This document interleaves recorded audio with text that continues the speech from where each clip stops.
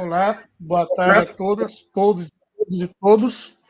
Meu nome é Jair Pinheiro, sou professor da Unesp e coordenador do GEA, Grupo de Estudo de Teoria da História em Alto Sé. Vamos dar início a mais um América Latina Pulsa, América Latina Tiembla, projeto de extensão sediado na UEL, Universidade Estadual de Londrina, e em colaboração com outras duas universidades brasileiras, Unesp de Marília e Universidade Federal Fronteira Sul. É um projeto que reúne 4 grupos de pesquisa: GEPAL, Grupo de Estudos de Política da América Latina, sediado na UEL, GE, Grupo de Estudos de Teoria da História em Alto Sé, na UESP de Marília, o grupo Marxismo, Política e Sociedades, sediado na Universidade Federal Fronteira Sul, e o MEPRE, Marxismo, Estado, Política e Relações Internacionais, sediado também na Unesp. O objetivo deste projeto é trazer à tona temas da conjuntura política latino-americana, sejam eles nacionais ou transversais, que contribuam para a formação política dos movimentos sociais e de lideranças populares latino-americanas. Hoje vamos tratar do seguinte tema: lawfare e Lava Jato, implicações políticas e econômicas para o Brasil e a América Latina, com a participação de Arantxa Tirado, professora de Ciência Política da Universidade Autônoma de Barcelona e membro do Grupo Estratégico Latino-Americano de Geopolítica, CELAC, e Pedro Paulo Zalu Bastos, do Instituto de Economia da Unicamp. A motivação para trazê-los surgiu da necessidade de pôr em debate o protagonismo do judiciário na modalidade de golpes que atropela a América Latina e a crise política e econômica que tem resultado dela. E, claro, o papel do imperialismo com os Estados Unidos à frente. Além da atividade de hoje, nós temos programado para, ainda com data a ser definida, uma nova transmissão para abril, com data e tema a ser definido. Então, acompanhem-nos, sigam-nos no Facebook, YouTube, Instagram, e fiquem por dentro dos nossos conteúdos. Assim que definirmos a data e o tema, divulgaremos a transmissão de abril. Em nome dos nossos grupos de pesquisa, agradeço a vocês pela participação. A professora Arantxa será a primeira a falar, terá de 20 a 30 minutos, e após a apresentação dela, o professor Pedro Paulo falará. Então, sem mais delongas, passo a palavra à professora Arantxa. Arantxa, a palavra es tuya. Muy bien, muchas gracias. En primer lugar, quiero decir que estoy muy honrada por esta invitación de los compañeros y compañeras del Grupo de América Latina Pulsa, del colectivo GEPAL de Brasil. Es un honor realmente. Y bueno, lamento en primer lugar no poder hablar en portugués, pero espero que se me entienda. Yo voy a hacer una intervención sobre el lawfare dando una perspectiva un poco más amplia, regional, porque entiendo que el profesor Bastos se va a enfocar más en los aspectos del Brasil. Y bueno, primero decir que yo formo parte de un observatorio del lawfare que se ha creado hace relativamente poco en el marco de la Unidad de Análisis Geopolítico del Centro Estratégico Latinoamericano de Geopolítica, al que pertenezco, un observatorio que coordina Silvina Romano, colega y compañera que viene trabajando también desde hace mucho tiempo en lawfare. Entonces, parte de lo que yo voy a explicar pues es parte de trabajos que hemos venido desarrollando no solo en el marco del observatorio, sino previamente. Bueno, el lawfare para mí lo fundamental es entender que es un arma de guerra, que es algo que muchas veces no se destaca tanto, ¿no? Nos quedamos con el aspecto judicial del lawfare, con su impacto político, pero no con el lawfare como un arma de reconfiguración geopolítica para trastocar toda una correlación de fuerzas que hubo en América Latina y el Caribe durante un periodo determinado de tiempo, y ahora iré a eso. Es importantísimo entender este carácter bélico del lawfare, que no es algo que digamos pues diga yo, digan otras personas, sino es algo que dicen los propios analistas militares o estratégicos estadounidenses. Y yo, de hecho, me gusta enmarcar este lawfare en las estrategias de guerra híbrida por las cuales Estados Unidos está apostando al cambio de la correlación de fuerzas geopolítica regional. Antes de entrar a analizar qué es la guerra híbrida y cómo se inserta el lawfare en ella, creo que es importante hacer un poco de memoria para explicar, contextualizar por qué se da el lawfare, ¿no? Evidentemente, bueno, quizás esto es algo muy sabido para personas activistas, personas latinoamericanas más pues, metidas en la política, pero a veces se desconoce que pues, en la región hubo una década perdida en los años 80, que se denominó así, para connotar que bueno, los pueblos pues, padecieron una crisis de la deuda y luego una serie de políticas neoliberales que llegaron de la mano del ajuste del consenso de Washington, aunque en algunos países se implementaron antes, por ejemplo, el caso, ¿no?, del golpe de Estado contra Salvador Allende en Chile, que fue como la vía de entrada al neoliberalismo en Chile y a escala regional, incluso mundial, ¿no? Ese laboratorio experimental en que se convirtió la economía chilena.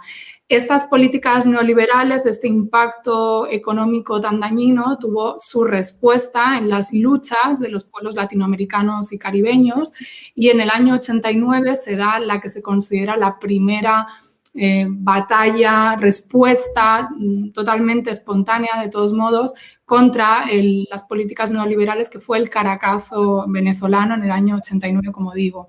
Después vendrían otras luchas, como el lanzamiento zapatista del año 94, más adelante la guerra del agua en Bolivia, la crisis argentina, ¿no?, que también movilizó muchísimo al pueblo argentino y demás. ¿Qué sucede? A raíz de estas luchas, de esta sedimentación de lo popular a través de una canalización en lo institucional, pues llega al gobierno, que no necesariamente al poder, y esta distinción es relevante para entender por qué se pueden desplegar estrategias de lawfare de esta manera en América Latina, porque no es lo mismo llegar al gobierno que llegar al poder. Pues llega al gobierno en el año 98, ganando las elecciones, o sea, en el 99, Hugo Chávez en Venezuela, y a partir de aquí se da un punto de inflexión no solo en la política venezolana, que recordemos había sido el primer lugar donde se responde al neoliberalismo en el Caracazo, sino también, podríamos decir, a escala regional e incluso yo me atrevería a decir que mundial, ¿no?, con una proyección de la política doméstica en una política exterior sumamente ambiciosa, rupturista y visionaria.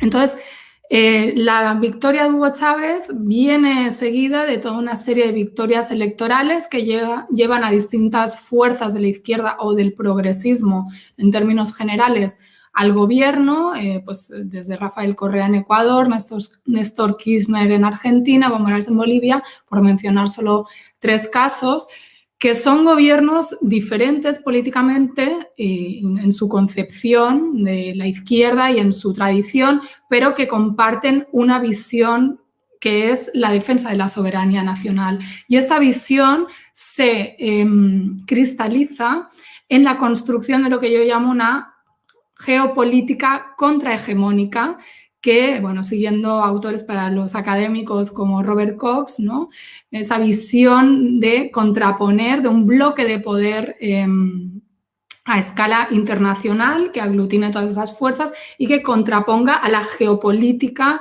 imperialista que también retrató Atilio Borón en su libro ya clásico.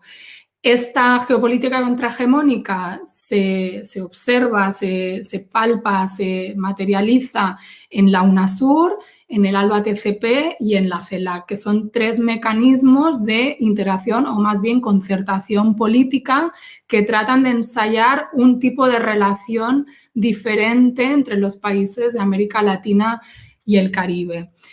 Esto dio lugar a toda una serie de teorizaciones sobre la ola rosa, ¿no?, como decía, en el mundo anglosajón, el impacto, el ciclo progresista, etcétera, etcétera.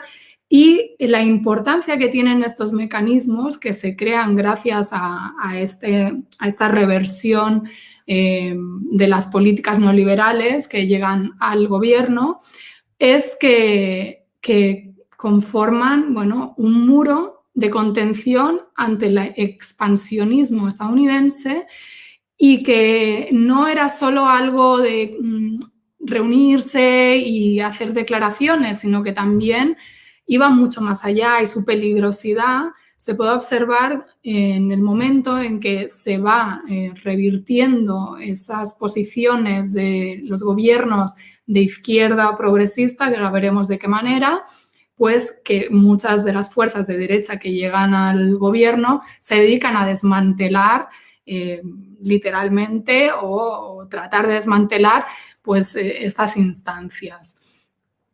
Lo importante es entender, dicho este preámbulo de contexto para las personas que a lo mejor no ubican, ¿no?, la disputa geopolítica que se da en la región hace unas décadas y que se sigue dando, ¿no?, pero que se expresó de esa manera en estas décadas, es la sofisticación de la manera de hacer la guerra por parte de Estados Unidos en América Latina, ante un contexto político adverso, donde la izquierda pues estaba ganando presencia, estaba ganando hegemonía continental, se estaba posicionando también como actor político en las esferas del sistema internacional, en esferas multilaterales, o construyendo alianzas con otros poderes retadores de la hegemonía estadounidense, léase China o la Federación de Rusia, y esto es algo que Estados Unidos, pues en sus propios documentos de defensa, visualiza como un peligro y un ataque a sus intereses.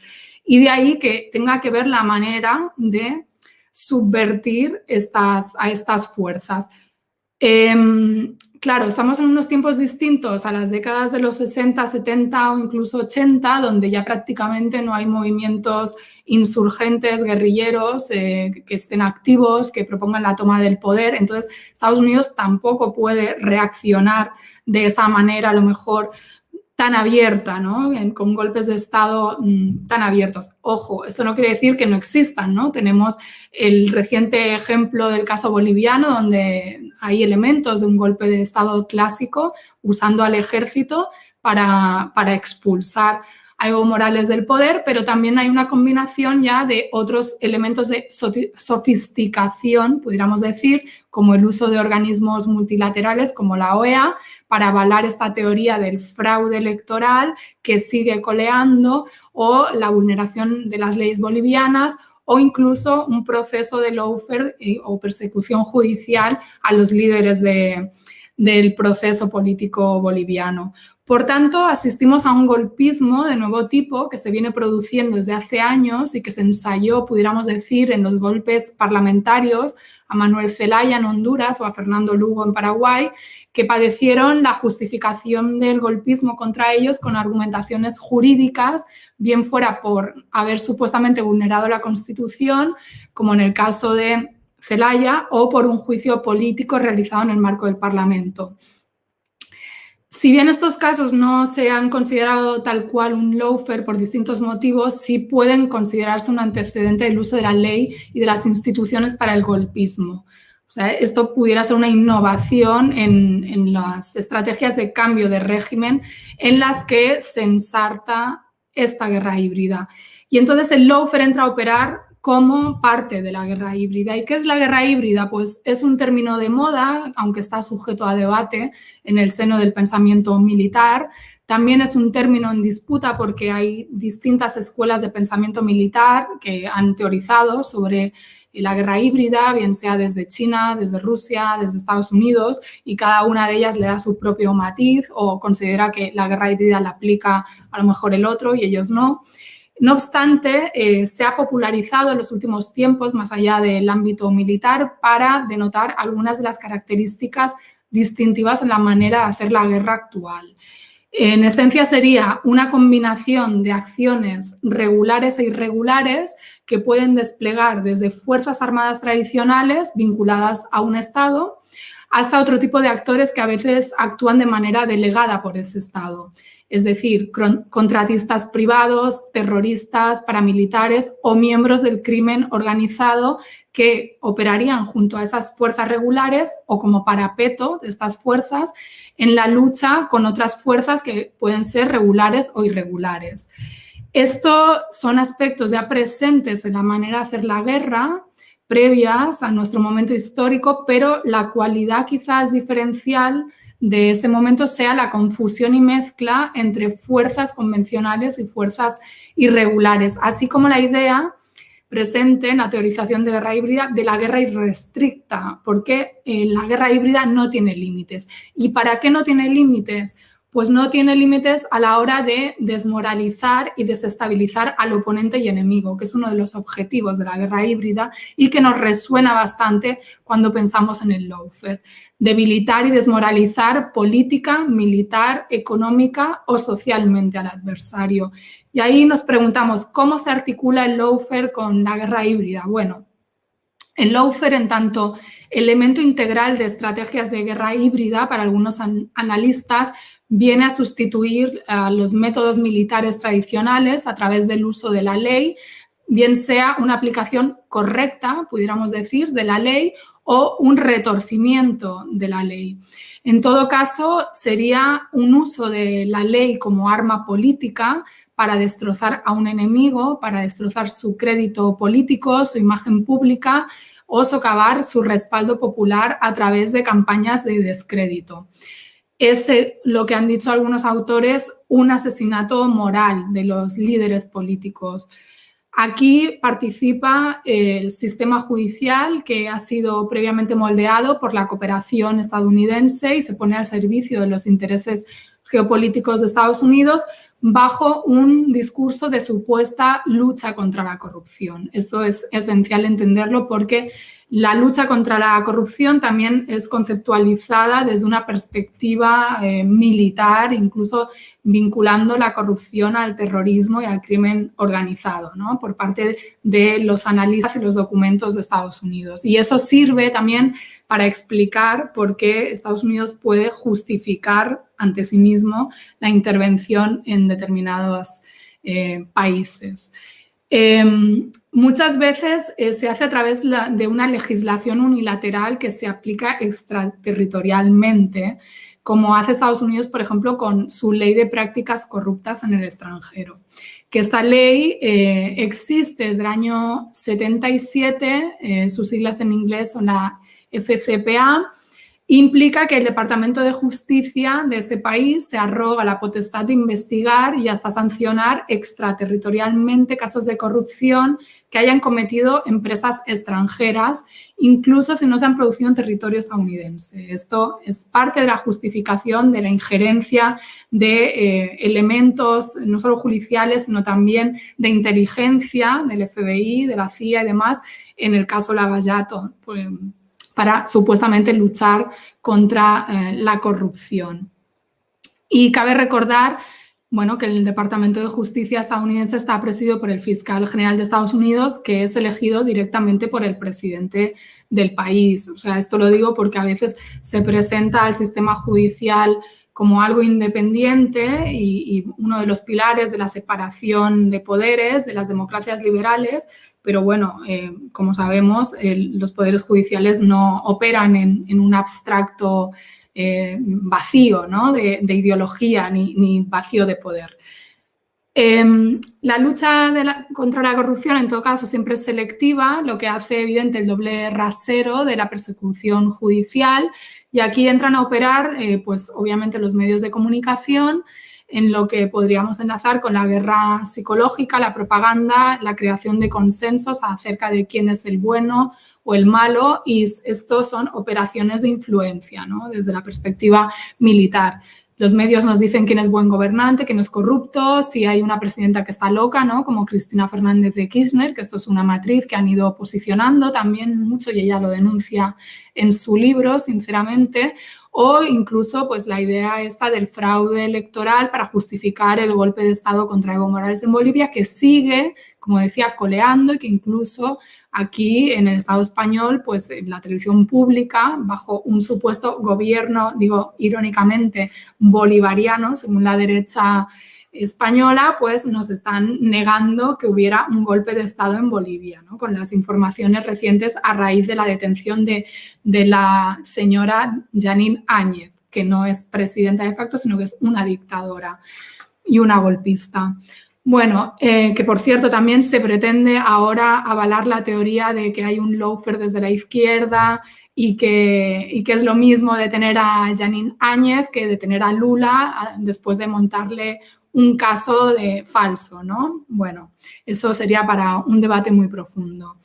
Además del papel de los medios está la guerra en redes sociales para colocar, si se trata de Twitter, pues estos hashtags que condicionan la visión de lo que está sucediendo. Recordemos famosos hashtags como el SOS Venezuela, como el SOS Bolivia, Evo Dictador, y el uso de cuentas bots para apoyar determinadas lecturas de los hechos, para dar la idea de que ciertas poblaciones están en contra de sus gobernantes o sobredimensionar una insatisfacción que obviamente existe, pero venderla como pues, mayoritaria cuando a veces se circunscribe a determinados sectores sociales o determinadas clases sociales que tienen más acceso a determinadas redes sociales o se expresan más en determinadas redes sociales.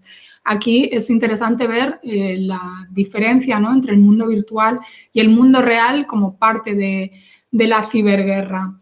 Y bueno, pues el Lava-Jato se puede entender como parte de esta guerra híbrida. No voy a profundizar en sus implicaciones económicas, quizás más en lo geopolítico, porque de las económicas va a hablar mi colega, pero decir una cosa, uno de los elementos neurálgicos de la guerra híbrida, por ejemplo, en su aplicación contra Venezuela, es el tema de la guerra económica, de destrozar la economía venezolana y justificarlo, ¿no?, a través de estos mecanismos de operaciones psicológicas, redes y demás ante el mundo, ¿no?, y vender la idea del fracaso del socialismo, de la ineficiencia, de la gestión por parte de Nicolás Maduro, su gobierno, etcétera. Aquí también tiene un ataque económico, el Lava-Jato, esta operación de guerra híbrida, que el otro día pues leíamos, ¿no?, de este estudio que sacó la Confederación Sindical de la CUT, del número de empleos que se han perdido, del impacto en el PIB brasileño. O sea, todo esto afecta a las economías y afecta por extensión a los trabajadores y trabajadoras de los países. ¿Y cuál era el peligro de Brasil con Lula y Dilma para llevar a cabo esta operación? Hablo de un peligro poniéndolo siempre en un contexto geopolítico, ¿no?, que es lo que a mí me interesa. Ya el caso específico en el país, pues lo dejo para los brasileños. Bueno, pues según declaraciones del ex embajador Thomas Shannon en Brasil, que estuvo entre 2010 y 2013, Brasil rompía los planes de Estados Unidos para Sudamérica, ¿no? Entonces ahora podemos conectar con lo que estaba sucediendo en Sudamérica, esos procesos de integración, concertación y demás. Ese Brasil, unido a la geopolítica contrahegemónica que impulsó el presidente Chávez, pues iba en contra de los planes que tenía Estados Unidos y suponía contraponer unos planes de desarrollo soberanos con financiación pública potente y, en el caso brasileño, pues con Odebrecht como socio gubernamental, a decir del ex embajador Shannon. Además, una cosa muy peligrosa para cualquier país latinoamericano caribeño es que se aproximó a Venezuela, ¿no?, aunque fuera desde el interés o desde la afinidad o no, pero bueno, desde el lugar que fuera, Brasil miró el ejemplo de Venezuela y cómo su industria petrolera, estas son palabras de Shannon, se había integrado en el mercado estadounidense.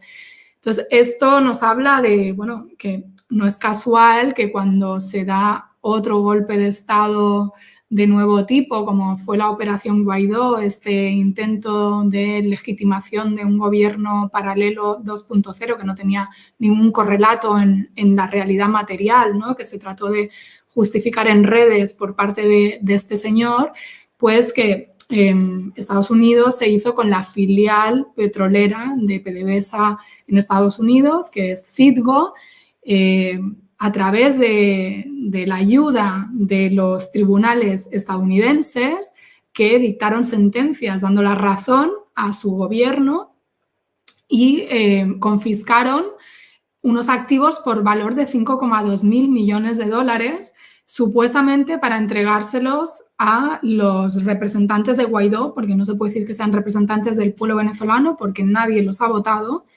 en Estados Unidos. A día de hoy yo no sé este dinero si lo tienen esos representantes o lo tiene Estados Unidos. En todo caso, pues es una manera de robar a los pueblos y es un elemento que demuestra la importancia de la industria petrolera y lo lucrativo, ¿no?, de ella, y la importancia también geopolítica.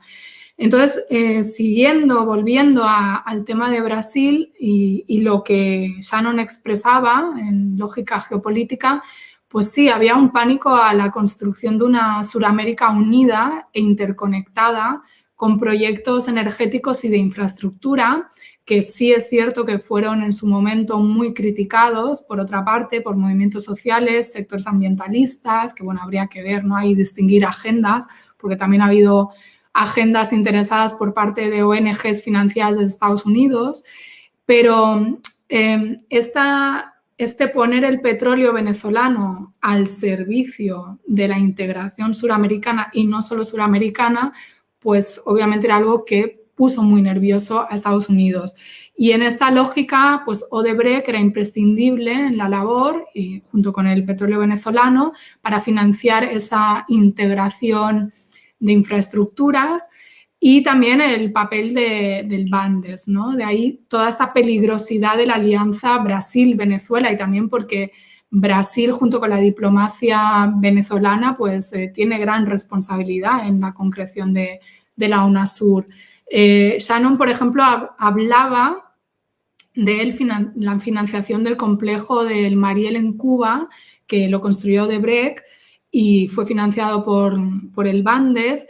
Y esto, claro, posicionaba a Brasil en el Caribe y le daba una proyección regional en su política exterior que se unía a una proyección que también era global, porque Brasil, durante las presidencias de Lula, pues intensificó sus vínculos con África y construyó pues un mundo más multipolar, ¿no?, que aprovechando el relativo declive hegemónico estadounidense, formando parte de los BRICS y teniendo una postura relativamente independiente, que bueno, algunos nos dirían, siguiendo a Marini, pues una cooperación antagónica, pero en todo caso, pues había ahí un antagonismo mayor que con otras administraciones. Además, otro elemento que yo observo, que creo que es importante para explicar todo esto, es la unión que implicaba pues tener unos presidentes con una visión pues de soberanía, defensa de la soberanía regional, porque había un peligroso acercamiento a Argentina, peligroso desde la perspectiva de Estados Unidos. Siempre pues a Estados Unidos le va a interesar tener a América Latina dividida para poder negociar bilateralmente con ella, o sea, con cada país, y no tener que negociar globalmente, ¿no?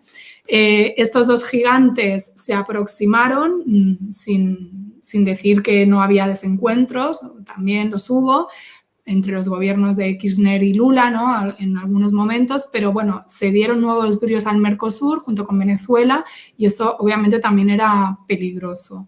Y una idea que estaba ahí, que era el proyecto de construir un gasoducto de 8.000 kilómetros que uniera el Caribe con Río de la Plata, que Venezuela tenía, el presidente Chávez, y que luego no llegó a materializarse porque este tipo de proyectos no son solo muy complicados en términos logísticos, de infraestructura, sino también en términos políticos.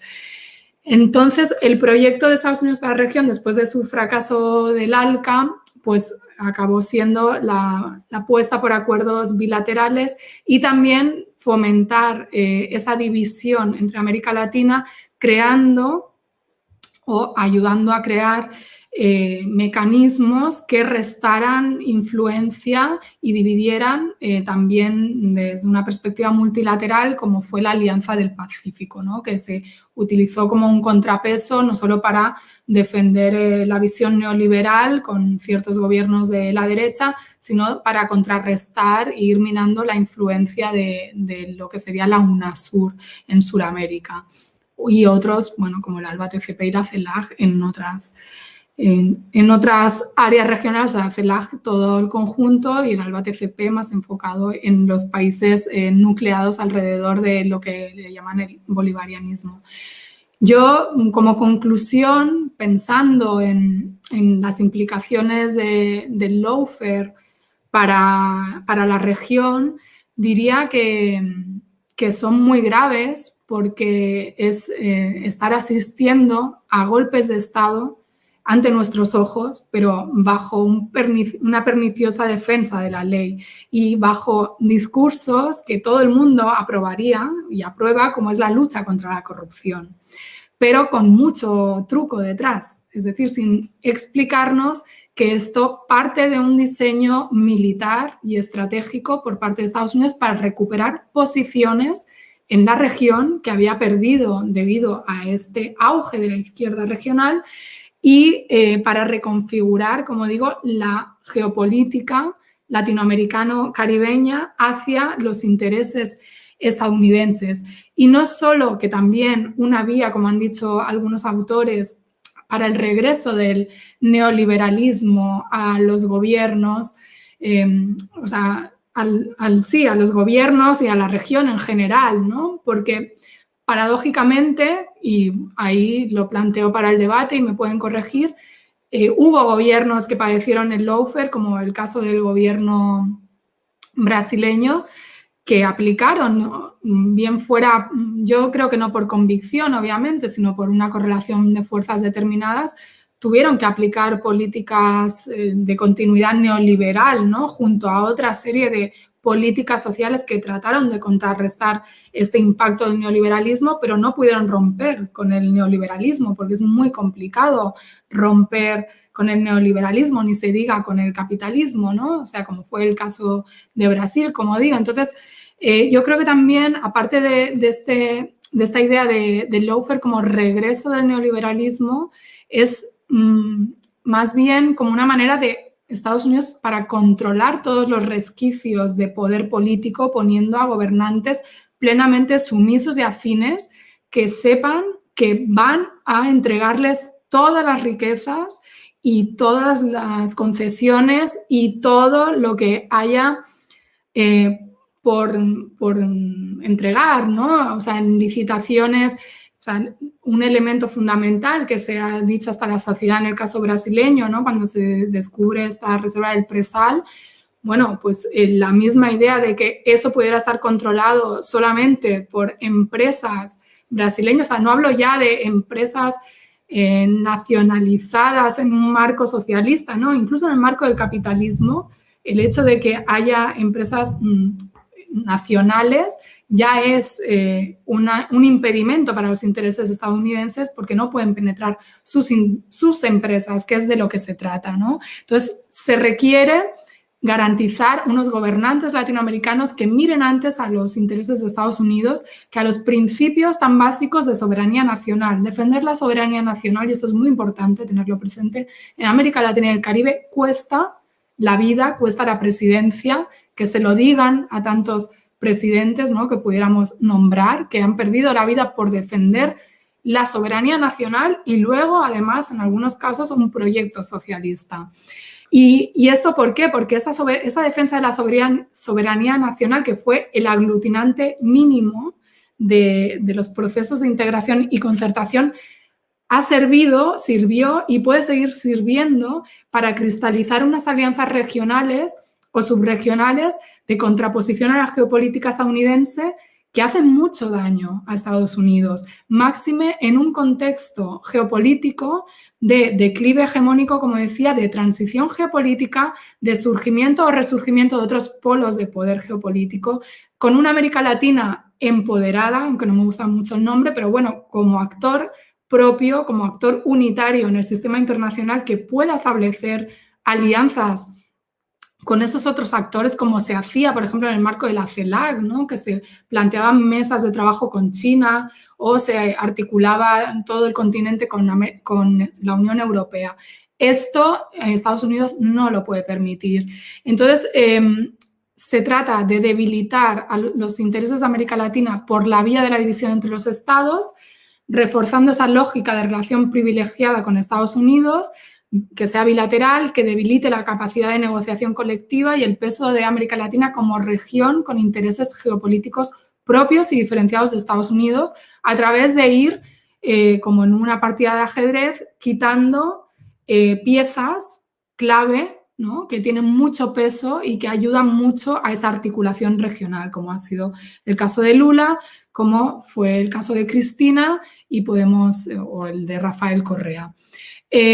Al fin y al cabo, se trata de ¿qué? De hurtar la voluntad popular. Hurtar quizás es muy leve, robar directamente, manipulando a la gente con operaciones psicológicas, condicionando las reglas de su democracia, que se supone que ellos ponen las normas de la democracia, pero cuando quieren las saltan por los aires y se las pasan por el forro, como decimos aquí, un poco coloquialmente. Y luego reflexionar también lo que implica el lawfare para su propio discurso de justificación de su democracia liberal, que nos venden como única, deseable y ejemplar, ¿no? Aunque ya sabemos que esto tiene muchas críticas a hacerse, que es la paradójica defensa del Estado de Derecho que hace el establishment capitalista, estadounidense y mundial, pero demoliendo los pilares del supuesto Estado de Derecho. No solo la división de poderes, sino también pues, manipulando de una manera muy retorcida y muy sofisticada que nos debería poner en alerta, porque cada día más yo creo que asistimos a un mundo donde hay no solo fake news, como se dice ahora, y tal manipulación, sino hay una confusión tal que es constante y cada vez se ve más en todo lado, que a mí me recuerda pues, a esta lógica orwelliana de mundos distópicos donde la guerra se llama paz y los golpes de Estado ya no son golpes de Estado, ¿no? Y el lawfare pues, es una lucha contra la corrupción, cuando en realidad se trata de una estrategia bélica para el cambio de régimen o, como dirían algunas autoras, pues una estrategia contrainsurgente, ¿no? Para atajar a esas insurgencias, si bien no militares o guerrilleras, pero sí insurgencias de los pueblos latinoamericanos. Y creo que su uso cada vez más, aunque ahora con el descrédito de la operación Lavajato y lo que esto va a implicar también al debate sobre el lawfare, y que ahora verá el colega, nos explicará con mayor detalle, creo que su uso nos debería alertar, aunque se quede aquí, que no creo que se quede aquí, que creo que va a ser una herramienta que se va a utilizar con mutaciones, debería alertarnos sobre todo pensando en la sofisticación de los mecanismos del poder para someternos, para cambiar la voluntad popular, para robar, seguir controlando, dominando América Latina y robar sus recursos. Y esto, al fin y al cabo, aunque no se vea la relación a veces tan directa, también causa víctimas, causa muertes directas o indirectas, y creo que no lo podemos permitir y debemos ponernos en alerta, como se denunció en otros momentos históricos, los golpes de Estado militares clásicos, pues también denunciar con todas nuestras fuerzas el lawfare como una estrategia militar contra los pueblos de América Latina y del Caribe.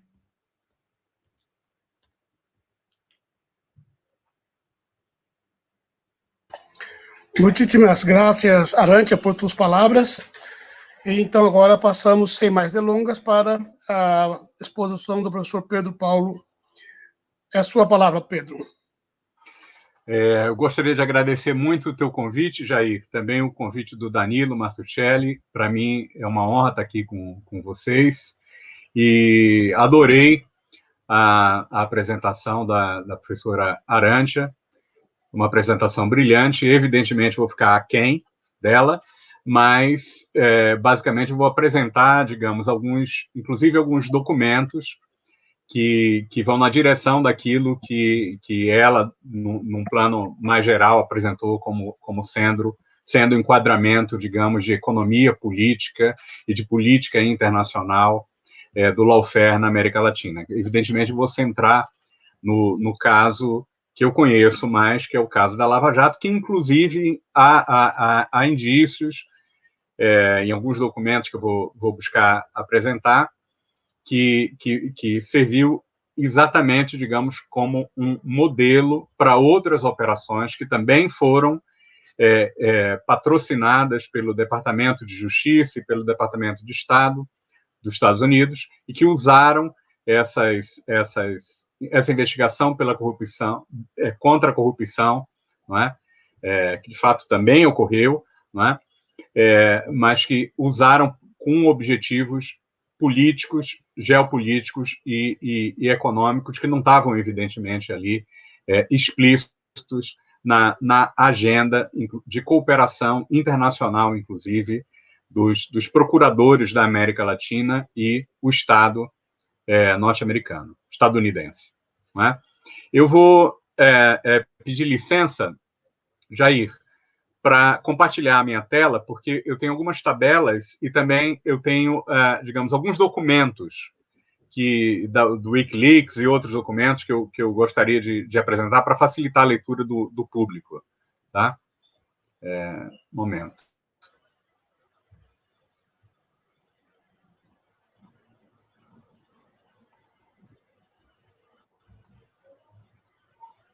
Consegue ver? Ainda não. Está dando para ver, Jair? Ainda não. Agora sim, agora dá para ver. Agora deu. Então tá bom. Sim. Bom, são algumas hipóteses sobre a economia política internacional da Lava Jato, né? Primeiro, eu queria apontar para um problema central do estilo de combate à corrupção no Brasil. Não é? Quer dizer, não se trata de duvidar da existência de corrupção na Petrobras, não é? E também na relação de algumas construtoras brasileiras em outros países da América Latina. Evidentemente que essas práticas são generalizadas, não é um caso latino-americano. Evidentemente, empresas e construtoras americanas, europeias, asiáticas fazem isso com muita frequência, embora, evidentemente, digamos, o discurso é de alegar que isso é típico um pouco da cultura ibérica, do iberismo, característico aí da América Latina, né? O que se trata de questionar, sim, são, evidentemente, os métodos, a seletividade e os objetivos do combate à corrupção. O primeiro ponto que eu queria frisar é que a Lava Jato recuperou 4 bilhões de reais, que hoje em dia, né, é algo em torno como 800 milhões de dólares. Um valor muito pequeno, né?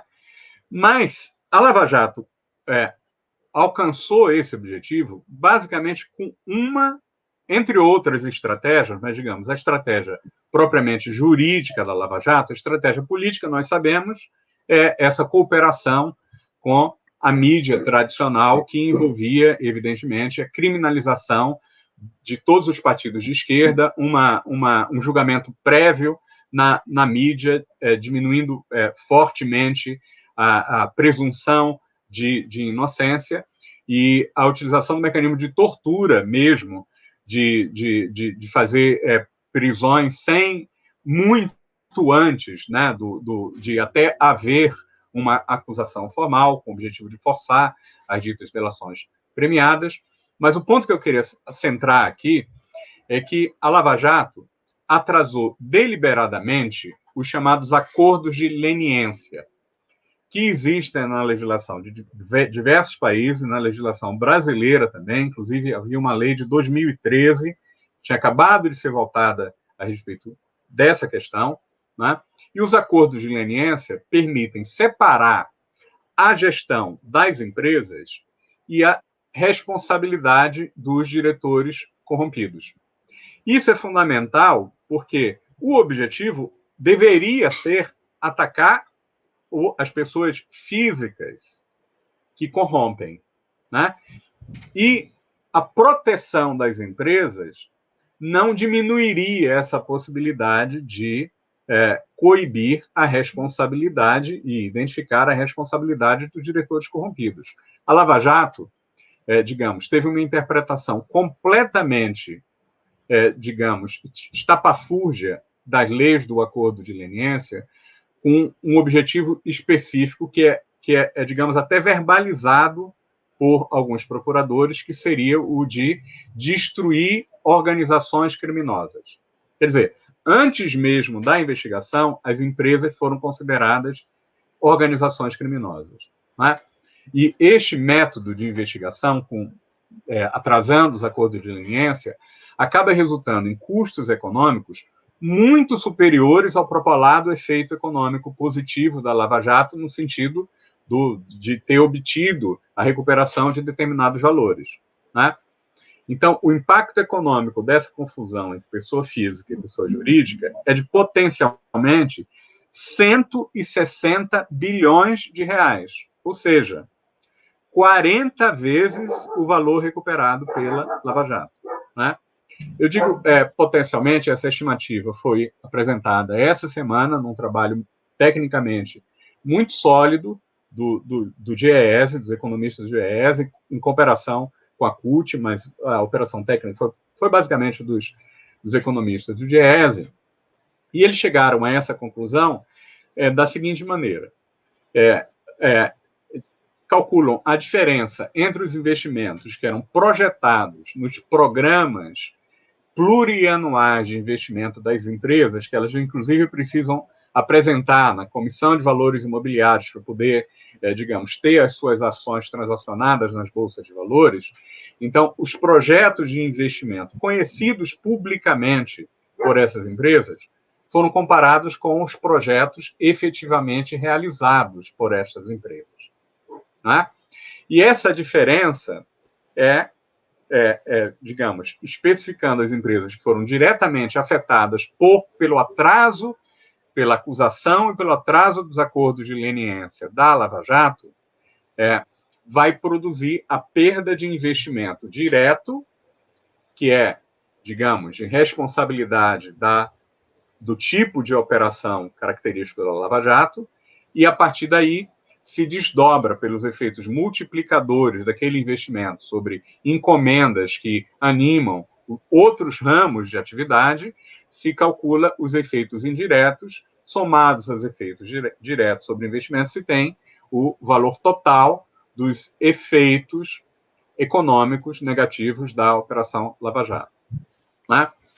Essa metodologia é usada, digamos, em vários outros estudos, não é uma invenção do GES. A única qualificação que eu faria a esse estudo, que é uma qualificação que não deprecia o sentido geral e os resultados básicos do estudo, é que a recessão que ocorreu no Brasil a partir de 2015 não foi resultado apenas da Operação Lava Jato.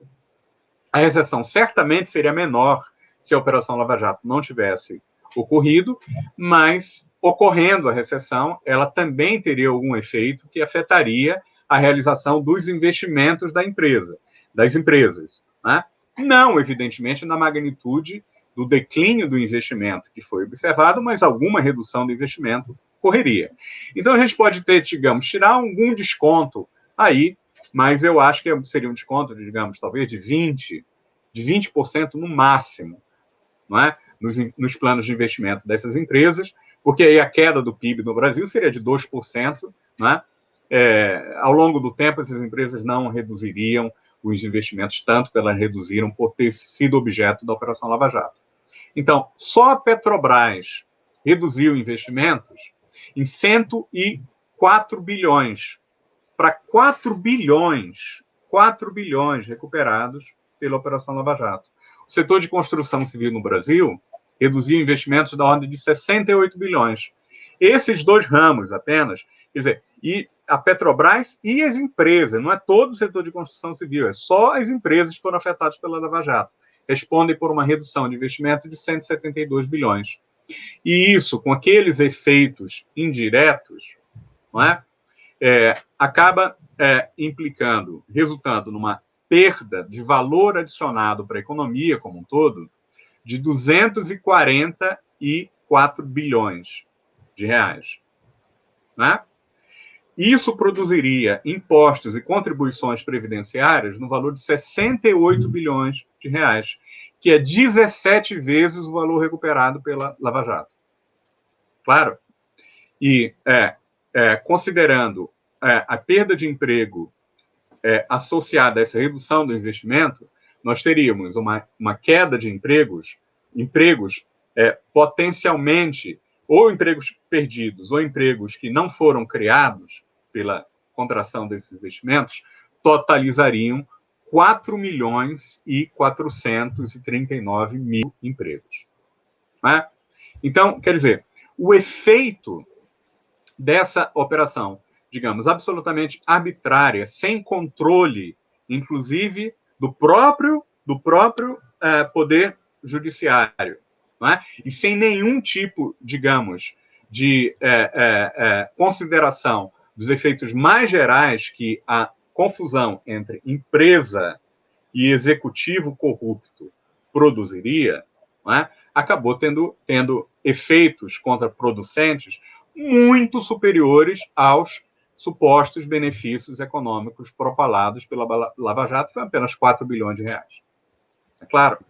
Então, isso, evidentemente, leva a crer que tem algo além do, evidentemente, mero ataque, né, mero combate à corrupção.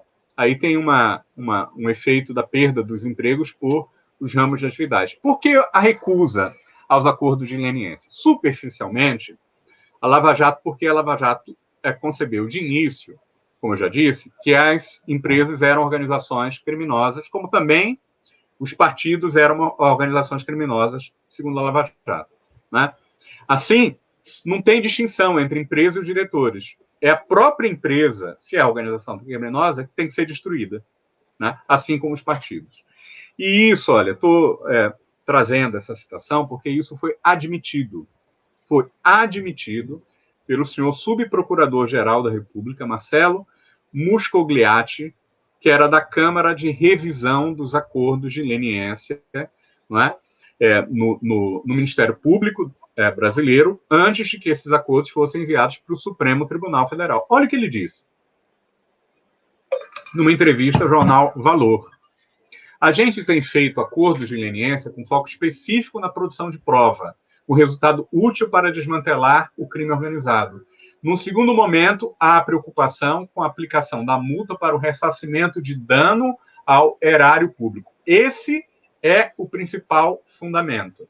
E isto, o atraso do acordo de leniência, está associado à delação premiada. Isso faz com que o nosso interesse da Procuradoria seja diferente da Advocacia Geral da União, do Ministério da Transparência e, na verdade, do povo brasileiro. É diferente, inclusive, do interesse do povo brasileiro. Né? Se na empresa alguém cometeu o crime, um único lugar para fazer acordo de delação premiada, no caso da pessoa física ou da leniência da pessoa jurídica, é o Ministério Público. Não tem outro lugar. A Lava Jato lutou para fazer valer isto que não estava definido de antemão na lei. Pode haver outros objetivos por trás, né, dessa finalidade de entender as empresas e destruí-las por serem organizações criminosas. Olha o que ele diz aqui. Leniência não existe para destravar crédito bancário. E vou mais longe. A leniência não tem por objetivo salvar a empresa. Certo?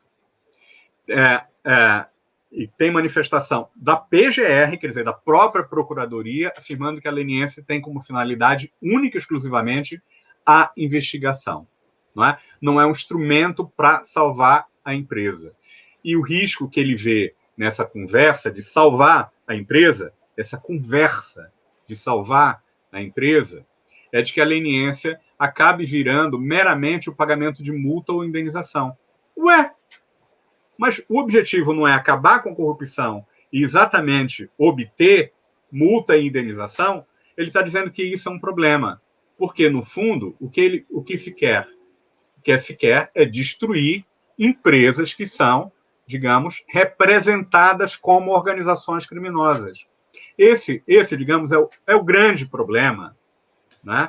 E que responde pelos impactos econômicos negativos da Operação Lava Jato. A pergunta é saber, bom, será que essa é meramente, isso se explica meramente por conta de uma ipsiocracia da interpretação jurídica dos procuradores da Lava Jato? Não creio que não.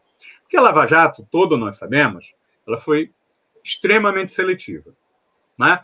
Por exemplo, o Antônio Palocci fez delação premiada falando de crime dos bancos, né? E o que o Moro falou? O Moro, o chefe da Operação Lava Jato, como sabemos, porque ele, ao mesmo tempo, julgava e coordenava o Ministério Público da operação, né? Coordenava o Beltrão Dallagnol, como os vazamentos já mostraram. O Moro dizia o seguinte: a gente não pode investigar assim os bancos, ter a mesma postura que nós tivemos para as outras empresas, quer dizer, atrasar acordo de leniência, porque os bancos trazem risco sistêmico. É claro? Isso está querendo dizer, ele está dizendo o seguinte: nós sabemos que o atraso do acordo de leniência traz risco sistêmico para a economia, mas isso só tem alguma relevância para a nossa operação quando a gente trata dos bancos. Quando trata da Petrobras, ou quando trata das empresas de construção ou de petroquímica, dane-se o risco econômico sistêmico. E tem um enorme risco econômico sistêmico. É claro que a quebra dos bancos teria um risco econômico impressionante. O maior risco político seria de nacionalização desses bancos, que é um risco político, evidentemente, que eles não queriam, porque é o que ocorreria, né? O Estado brasileiro poderia evitar o risco econômico sistêmico nacionalizando os bancos, mas, evidentemente, isso está muito fora do horizonte, né, dos procuradores da Lava Jato, né, quando avaliavam as consequências econômicas dos seus atos. Né? Quando se descobriu, quando vários delatores falaram que o esquema de corrupção na Petrobras foi criado em 2001, portanto, no governo Fernando Henrique Cardoso, o Moro disse: não vem ao caso.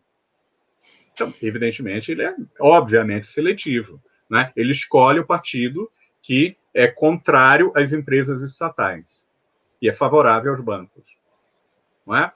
As filiais estrangeiras. Havia várias filiais estrangeiras na cadeia de produção da Petrobras. E várias dessas filiais e várias das empresas petrolíferas que participaram de leilões, né, foram acusadas no mundo inteiro, investigações, inclusive, levadas adiante pelo Departamento de Justiça dos Estados Unidos, como responsáveis por atos de corrupção de governos.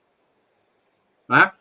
Nenhuma filial estrangeira foi investigada pela Operação Lava Jato no Brasil. Nenhuma. Zero. Claro, isso é absolutamente injustificável, não é nem investigada. Tá certo? Então, é óbvio que existe uma seletividade. O que eu diria é que não se trata só de um ataque ao PT e às empresas que não são as do setor bancário, como empresas tidas como organizações criminosas para favorecer, o PSDB e os bancos. Trata de algo mais. Né? Na verdade, a Lava Jato e a exportação da Lava Jato para a América Latina como um todo envolve nitidamente uma criminalização, um lawfare, portanto, né, de qualquer forma de relação entre Estado e empresa nacional que amplie a capacidade de concorrência de empresas locais contra filiais estrangeiras. E, evidentemente, contra o crescimento de próprias empresas estatais que se confrontam com empresas estrangeiras. É o caso, evidentemente, da Petrobras contra as filiais do setor de petróleo, que entraram fortemente no setor petrolífero brasileiro depois do golpe de 2016, como nós já sabemos. Né? A origem da Lava Jato foi nítida num documento do WikiLeaks que demonstrou a criação do programa Bridges, de cooperação criminal, liderada pelo Departamento de Justiça americano, e que, em 2009, realizou um treinamento no Brasil durante 6 dias. Depois, o Moro foi para os Estados Unidos também. né?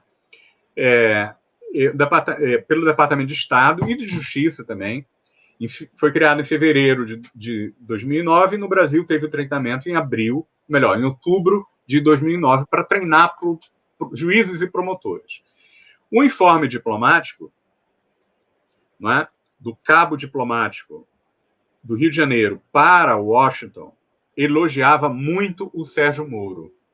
Na reunião desse treinamento, elogiava o Sérgio Moro.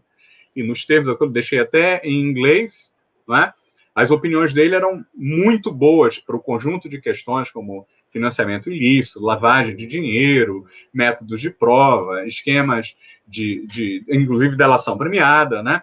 E o consenso que saiu dessa reunião, consenso, Departamento do Estado, Departamento de Justiça, Sérgio Moro, membros da Procuradoria, de que era necessário criar, veja, os termos, uma força-tarefa internacional. Uma força-tarefa contra crimes, mas uma força-tarefa internacional, certo? Que seria chefiada em um dos 3 lugares, ou em São Paulo, ou Campo Grande, ou Curitiba, certo? Como sabemos, foi criada uma força-tarefa em Curitiba. Não é internacional formalmente, porque isso é vedado pela lei brasileira, mas há provas de que, inclusive, há confissões de que houve operação, né, cooperação internacional fora dos canais legais. Há confissões, que eu vou mostrar aqui, de funcionários do Departamento de Justiça americano. 2 funcionários do Departamento de Justiça americano fizeram essas confissões públicas. Não sei até se ainda está no YouTube, se foi retirado, né?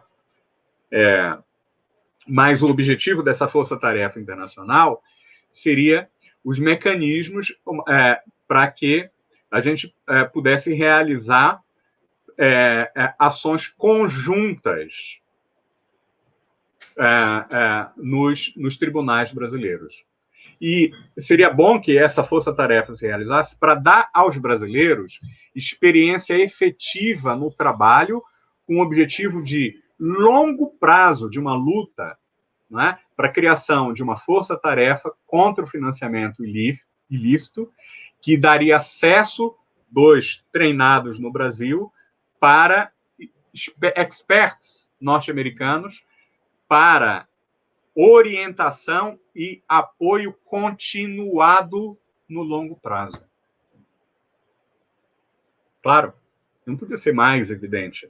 Não pode ser mais evidente. Em junho de 2013, como sabemos, né, o Wikileaks também publicaram os vazamentos do Edward Snowden, revelando que a National Security Agency espionava entre a Angela Merkel, a Dilma Rousseff, e tinha um interesse particular na Petrobras, considerando, inclusive, que não se sabia se o Brasil representava um perigo igual ao do Irã para os Estados Unidos, né?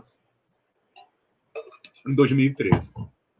Claro, um ano antes da força-tarefa da Lava Jato, né? Com enorme espionagem da Petrobras. A NSA teve como alvo prioritário, de acordo com o Snowden, a Petrobras.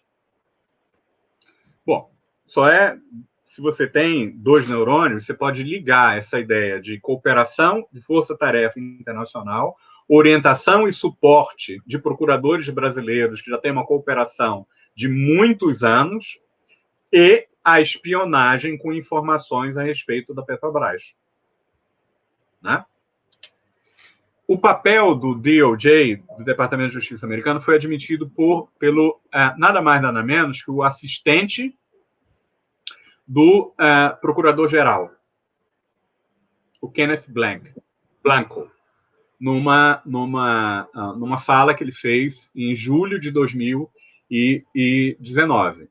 Ele explicou o que era feito. Explicou o que era feito. Na verdade, um procurador ou um agente simplesmente contatava, como? Não se sabe. Muito provavelmente algum mecanismo, né, de Telegram, sei lá o quê, né? Telegram não, porque era russo, mas, bom, os procuradores da Lava Jato usavam o Telegram, né, de qualquer maneira. Contratavam para transferir pedaços de evidência por meio de redes informais baseadas na confiança mútua.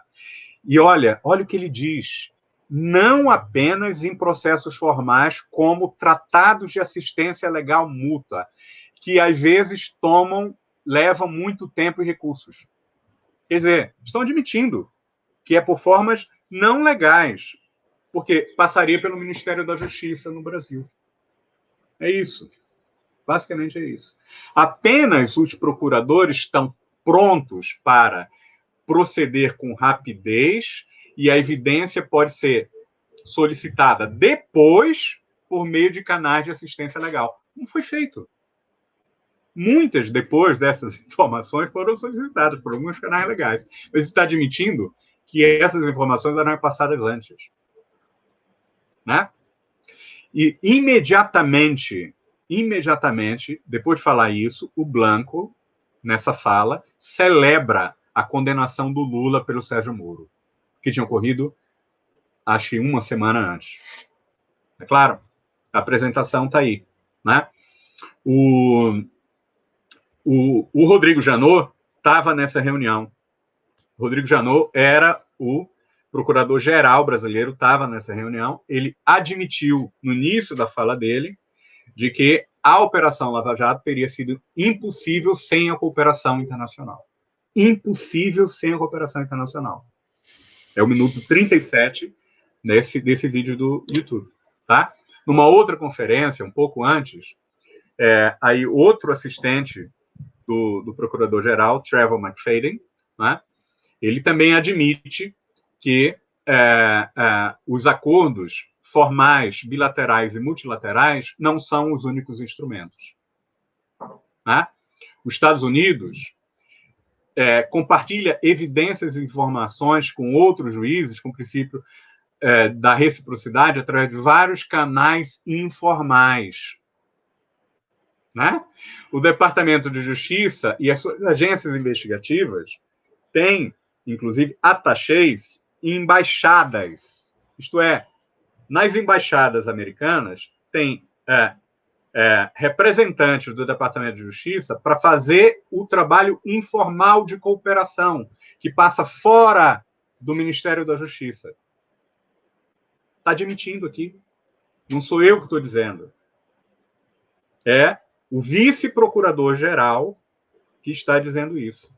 Também numa reunião pública. Né? E diz que, inclusive, nas embaixadas, inclusive no Brasil. Né? Essas informações informais sobre investigações que estejam ocorrendo, ou já, enfim, estejam ocorrendo agora, mas informações, evidentemente, são anteriores, né? Podem prover provas significativas. Nós podemos entregar provas significativas para os nossos parceiros. É claro? Né? Minha hipótese, portanto, é que, basicamente, a Lava Jato tem que ser entendida como parte da política externa dos Estados Unidos. E isso tem que ser investigado no Brasil. Não tem que ficar... É uma hipótese acadêmica, mas isso tem que ser investigado no Brasil. Né? Isso é explícito na primeira Estratégia de Segurança Nacional de 2017 do Donald Trump. Donald Trump diz o seguinte: usando os nossos instrumentos econômicos e diplomáticos, os Estados Unidos vai continuar a alvejar oficiais estrangeiros corruptos e trabalhar com países para melhorar a habilidade de lutar contra a corrupção, para que as empresas americanas possam competir com justiça em climas de negócio transparentes. Esse é o objetivo.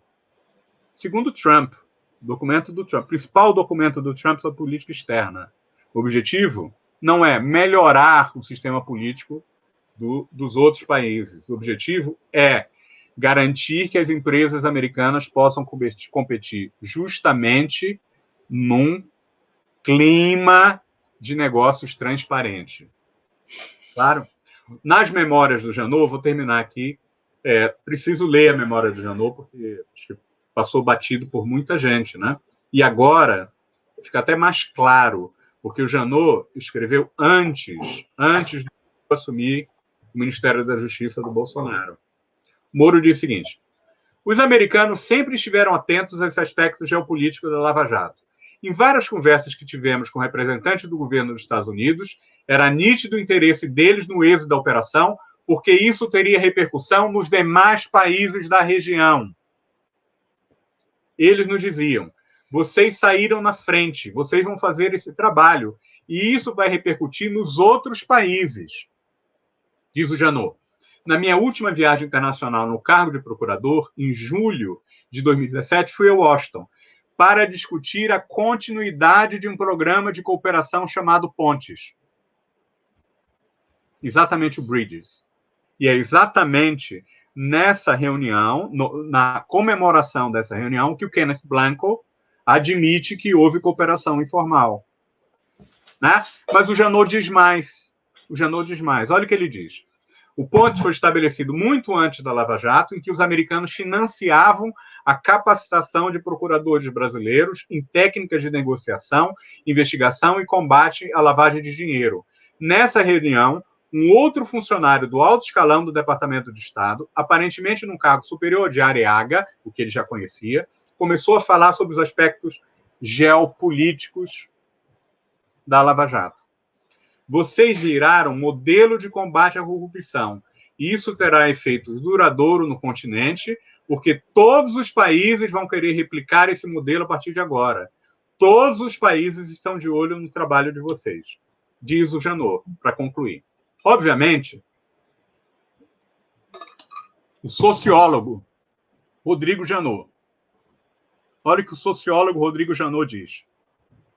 Obviamente, os americanos não queriam o êxito da Lava Jato porque eram bonzinhos, mas porque tinham interesse em abrir o mercado da América Latina para suas empresas. Para que eles pudessem competir aqui, seria necessário diminuir o nível de corrupção e de cartelização do mercado de obras públicas. Em várias conversas informais com autoridades americanas, eu sempre ouvi a seguinte pergunta: por que a Odebrecht pode construir o aeroporto de Miami e a gente não pode construir um aeroporto ou uma estrada no Brasil? A cooperação com os americanos, no caso Odebrecht, não autoriza. Porém, aí a defesa do Janot. Um discurso míope e tosco, feito por setores da esquerda brasileira, também da esquerda espanhola, professora brilhante, Arantxa, esquerda brasileira, para quem a Lava Jato quebrou o setor de engenharia nacional e serviu os interesses dos Estados Unidos em conluio com o Departamento de Justiça americano e a CIA. Essa retórica é alimentada por pessoas que pensam, no fundo, que a corrupção é a graxa que move a economia. Agora vem o programa. Olha o programa. É do interesse nacional estabelecer também no Brasil um capitalismo verdadeiramente concorrencial, e não esquemas de compadrio em que os amigos do rei tornam-se os campeões nacionais. A cartelização do mercado gera concentração de riquezas, aprofunda desigualdades sociais, incentiva a corrupção, drenando já escassos recursos públicos. Isso é de uma obviedade ululante. Causa espanto que setores ditos nacionalistas continuem a alimentar teorias conspiratórias sobre a Lava Jato, ignorem, por exemplo, que nenhuma empresa americana entrou no mercado brasileiro de obras públicas até agora. Evidentemente, o Janot esqueceu do setor de petróleo e do golpe de 2016. Obrigado.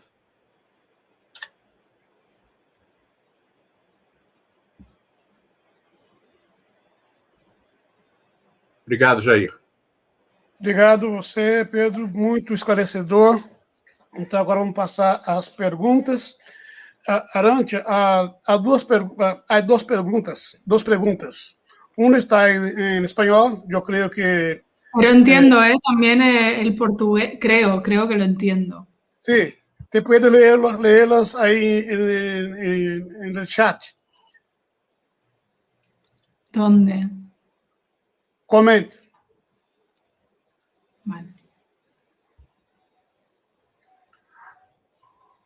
Aí nos diz Raul Luna e outra de Vanderleia. Vanderleia está em português. ¿La encontraste? No, no veo nada, no sé. Em comments. Jair, eu acho que está no chat do YouTube, mas não no chat do interno. Está no chat do Você tem que colar e jogar aqui. Vamos a ver Yo se... solo veo el chat interno y no veo ninguna pregunta. Ah, solo veo el interno. No chat interno não está. Sí. Bueno, entonces voy a leerlas. Pero no sé. Pero A yo ver. no sé cómo... Ah, ya vi, vale, ya. Perdón, mi ignorancia. Sí. Raúl, en el caso de México. Sí. Vale.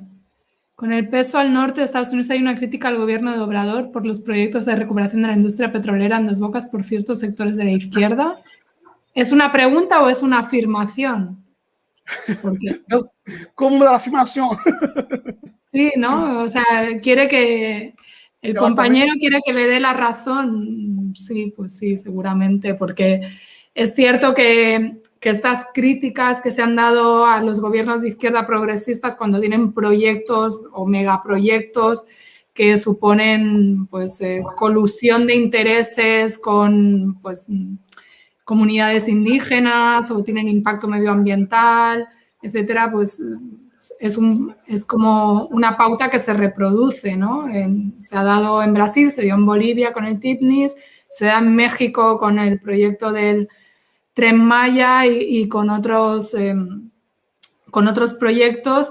Y bueno, el tema de la recuperación de la industria petrolera es fundamental. La soberanía petrolera que había perdido México, que pues es un país que siendo productor petrolero compraba la gasolina que se producía en Estados Unidos de su propio petróleo, ¿no? O sea, es un nivel de sometimiento brutal, que sabemos que México pues está su economía altamente comprometida con la estadounidense y más desde la firma del Telecan, ahora con otro nombre, pero sí, o sea, no sé exactamente cuáles son las críticas en ese caso concreto, pero bueno, constantemente lo que yo sigo de la política mexicana y después de haber vivido 11 años en México, o sea, ahora no la sigo tanto como cuando vivía allá, pero sí siempre pues hay estas críticas por sectores de la izquierda que van a ver en las políticas, aunque sean a priori positivas en algunos aspectos, bueno, pues también chocan, ¿no? con intereses y en el caso de López Obrador es muy evidente que pues hay una izquierda no institucional que no concuerda y no piensa, bajo mi punto de vista, esto ya es una opinión, de manera geopolítica, ¿no? O sea, piensan muy en la lógica de lo nacional o de lo incluso comunitario, que está bien y es necesario, sobre todo porque a veces en lo macro podemos justificar cosas que no se deberían justificar en lo micro, pero que pierden de vista también los márgenes de maniobra y lo que eso implica, ciertas decisiones implican de defensa de la soberanía y lo difíciles que son en un contexto geopolítico determinado y más en el caso de México, que tiene, como digo, comprometida su política, su economía con Estados Unidos. Y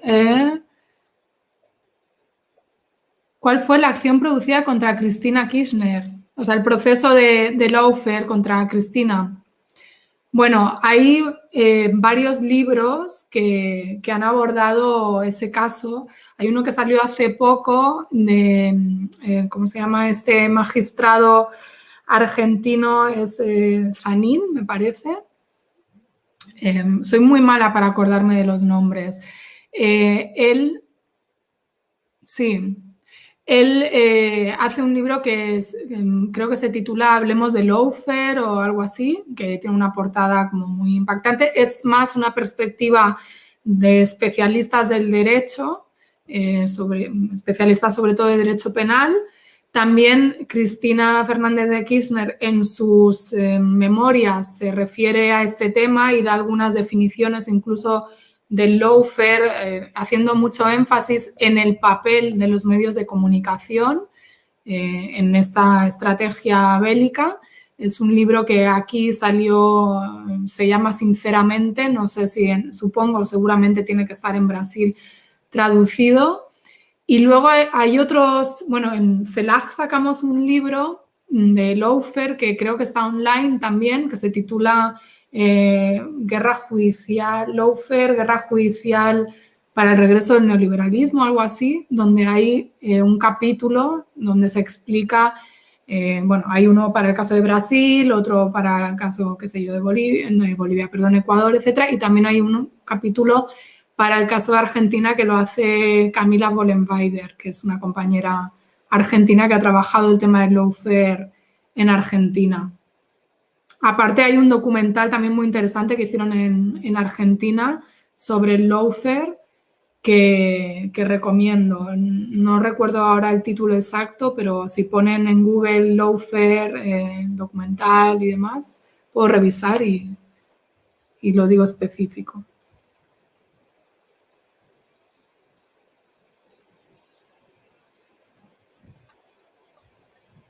No sé si con eso queda respondida. Siento el compañero mexicano, no sé si era una pregunta, yo he hecho mi reflexión, pero... Sim, muito bueno. Graças. Pedro, eu vou fazer uma pergunta para você. Na verdade, eu havia escrito no chat, mas é melhor fazer a pergunta pessoalmente, assim, direto, porque no chat fica difícil escrever tudo. A questão é a seguinte, você levanta uma hipótese acadêmica, como você denominou, e me parece muito importante. Ontem, por acaso, eu havia falado sobre isso numa palestra que eu fiz para a Universidade Estadual do Maranhão. E a pergunta, na verdade, de modo mais claro, é a seguinte. Normalmente, nós pensamos o conceito de imperialismo na sua dimensão econômica, talvez pela influência da inescapável obra do Lenin, mas me parece necessário repensar, né, ou atualizar, acrescentar. Então, a questão é essa, assim, essa hipótese acadêmica, ela também não seria, né, uma espécie de atualização do imperialismo. O imperialismo não apenas na sua dimensão econômica, mas também na sua dimensão na sua dimensão política e também jurídica.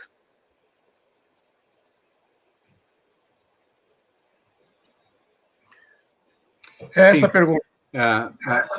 Sem dúvida, Joel. Eu concordo plenamente. Claro que é imperialismo, né? E eu articularia também com a pergunta do Danilo Martuchelli, que foi posta no chat, se não há também um papel da OMC nesse processo de criação de um capitalismo concorrencial no Brasil. Quer dizer, refere-se às pressões feitas pela OMC contra as políticas protecionistas. Sim, eu acho de um elemento que é fundamental para entender o imperialismo contemporâneo é a penetração de interesses imperialistas, mas que, evidentemente, têm conexões internas, né? A penetração no sistema legal. Quer dizer, no sistema de leis, além de, evidentemente, no sistema judicial. E essa produção de legislações que transformam a institucionalidade e a legalidade de estados submetidos, no caso, o Brasil é mais uma semi-periferia do que propriamente uma periferia, não é? Se faz para exatamente produzir digamos, transformar o neoliberalismo como política de Estado, de maneira que a vitória eleitoral de partidos de esquerda ou de centro-esquerda permitam, evidentemente, o acesso ao governo, mas não ao poder de Estado. Porque o poder de Estado vai estar regulado por determinadas normas, por determinadas leis, que definem as ações que devem ser executadas, digamos, por aqueles órgãos de Estado que independem, evidentemente, das eleições, dependem, portanto, da democracia, né? E que, ao mesmo tempo, vão limitar fortemente com instituições ditas independentes. No Brasil, mês passado, o Banco Central se tornou independente. É claro que tem que se perguntar independente em relação a quem, não é? Quando você considera que todos os diretores do Banco Central vêm ou vão para bancos comerciais privados, onde, evidentemente, eles ganham salários muito superiores do que a do serviço público, né? Mas também você tem uma instituição fiscal independente, supostamente independente, que faz alguns relatórios, algum trabalho de avaliação de dados interessante, mas, evidentemente, digamos, um bloco intelectual neoliberal dentro do Estado brasileiro. E isso avança, evidentemente, na América Latina como um todo, por meio desses programas de combate à corrupção informais e por meio da transformação da estrutura legal de autorização e controle de investimentos e de obras públicas, de modo a criar tantas amarras, supostamente, para combater a corrupção, né? É como se imaginasse que quanto mais investimento público, mais corrupção teríamos, e mais capitalismo de compadres, o ibérico, patrimonialista, com essa herança que nos veio legada da Península Ibérica, supostamente, não é? Mais patronagem e compadrio e menos concorrência efetiva. Portanto, tem que se fazer tudo para limitar o investimento público. E isso se manifesta da forma mais explícita, talvez, no mundo, na lei do teto de gasto, na emenda constitucional do teto do gasto, que foi votada no final de 2016 e que proíbe o aumento do gasto público no Brasil em termos reais, gasto federal, no Brasil em termos federais, não vale lá para o judiciário, né, por 20 anos. Claro? E aí que limita, portanto, tira a própria política fiscal do terreno sujeito ao debate democrático. Claro? E se você tira também a política monetária por causa do Banco Central supostamente independente, a política econômica, a política macroeconômica, deixa de ser objeto da democracia. Claro?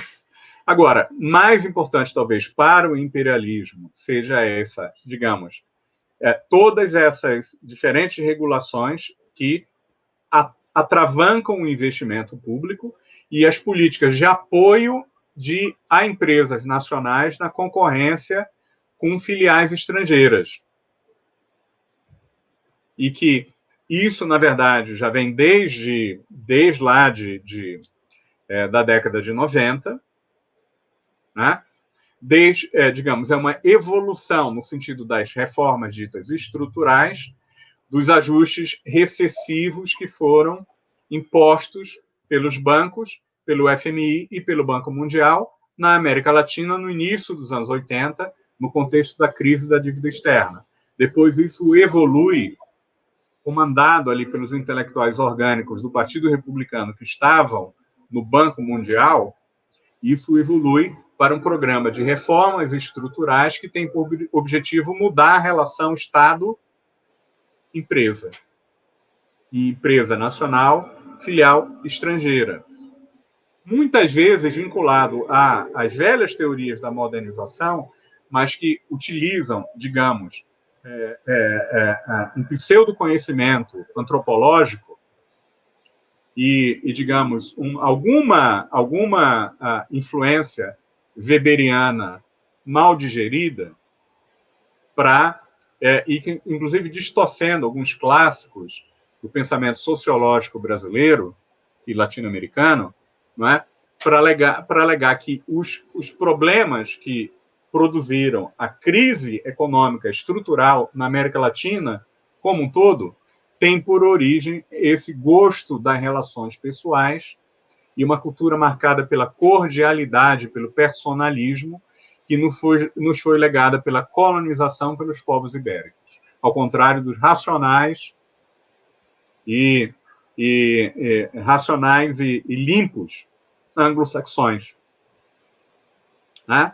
Anglo-saxões esses, por meio dessas instituições, ganham o direito eurocêntrico e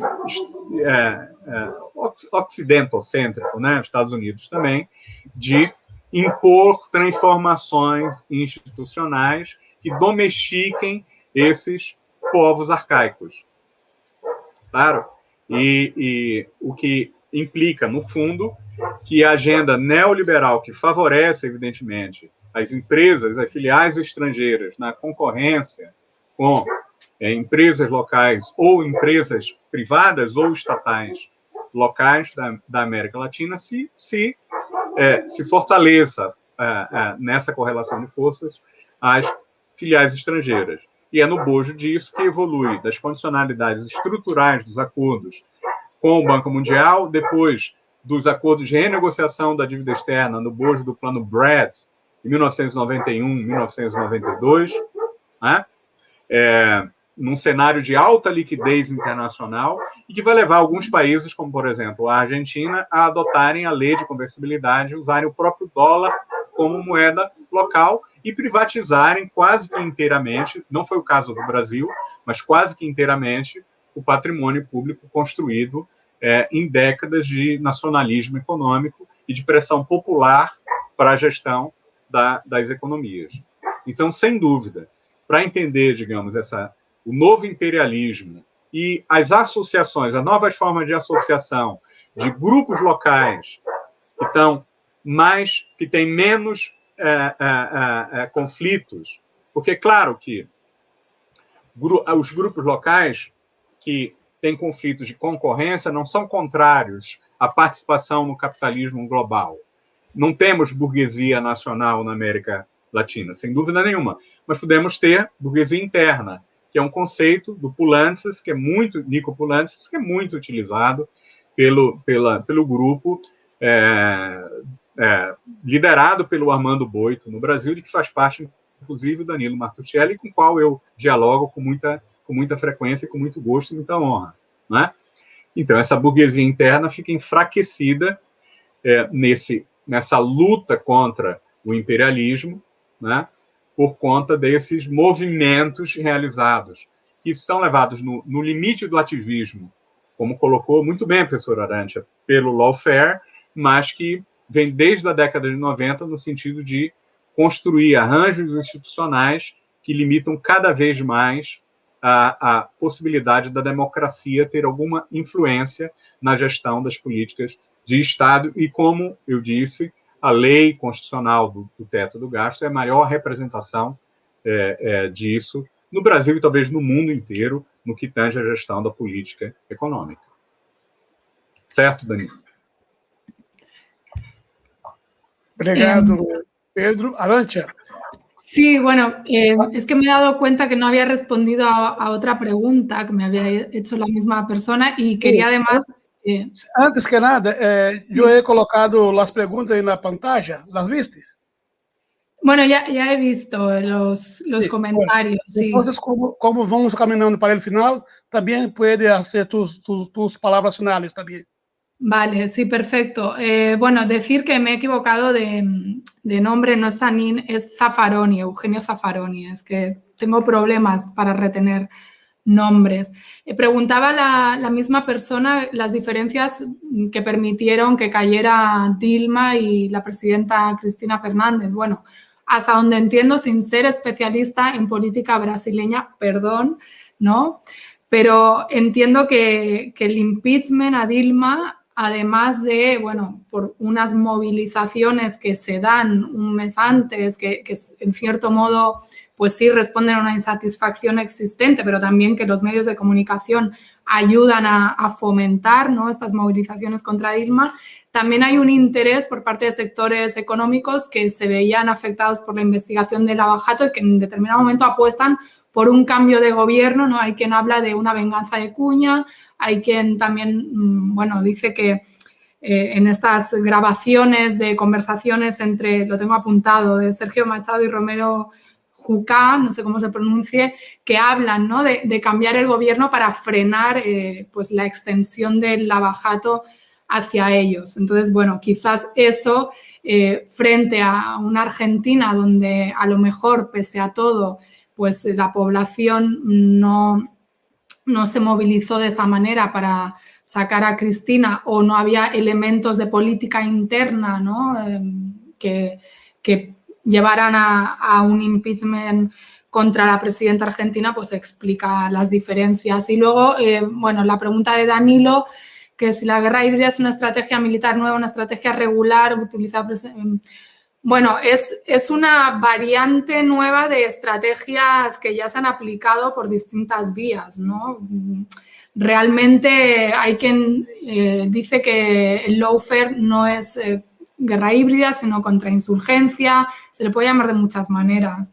En todo caso, yo creo que la guerra híbrida, su novedad es más bien la manera de aplicarse, no tanto el objetivo final estratégico, sino la aplicación táctica y la combinación de elementos novedosos, aunque, insisto, esto también está dentro de un debate en el marco de los estudios militares. No todos los analistas ven en la guerra híbrida un elemento de novedad, ni piensan que se puede hablar de guerra híbrida, pero bueno, esto es como todo, se pone de moda un término y ahora algunos nos dedicamos a utilizarlo, pero en el fondo hay que entender siempre los procesos como algo histórico, ¿no? Da igual cómo se designen, sino ver pues para qué se diseñan, con qué objetivo y de qué manera se implementan, y en ese sentido pues hay una línea de continuidad obviamente del imperialismo estadounidense, también europeo, ojo, por otras tácticas seguramente, aunque igual con los mismos objetivos estratégicos, con sus variantes, pues contra toda competición en términos políticos, económicos y geopolíticos. Gracias, Arancha. Pedro, quer fazer suas palavras finais? Não, só gostaria de agradecer aqui o convite, Jair. Gostei muito de ouvir a professora Arancha. Vou procurar as publicações dela também. E estou à disposição de vocês para outros debates. Gostei muito de participar. Muito obrigado novamente pelo convite. Agradecida también, y honrada. ¿Quieres hablar algo? No, concluir dando las gracias también a todos ustedes y a las personas que han estado escuchándonos e interactuando y haciendo sus preguntas. Bueno, entonces terminamos, né, mais um evento, mais uma transmissão América Latina Pulsa, América Latina Chamber, e agradecemos muitíssimo a Pedro Paulo, da Unicamp, e a professora Arancha pela contribuição, por essa tarde muito esclarecedora. Obrigado a todos. Obrigada.